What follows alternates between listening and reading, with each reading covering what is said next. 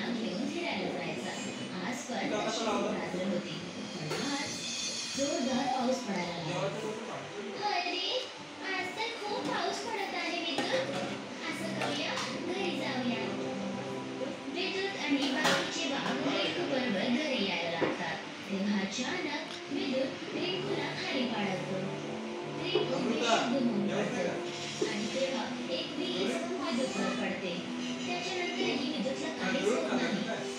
वाघ रिंकूला घेऊन ताबडतोब घराकडे येतात. जसं सगळेजण तिथून जातात तेव्हा एक माणूस त्याच जागेत येऊन उभा राहतो. चारी पण वाघ इथे होते.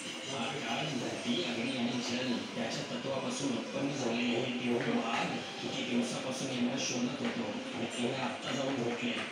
चांगलंय, आता यांचा पत्ता लागलाच आहे तर यांना कैद करणं खूप सोपं होईल.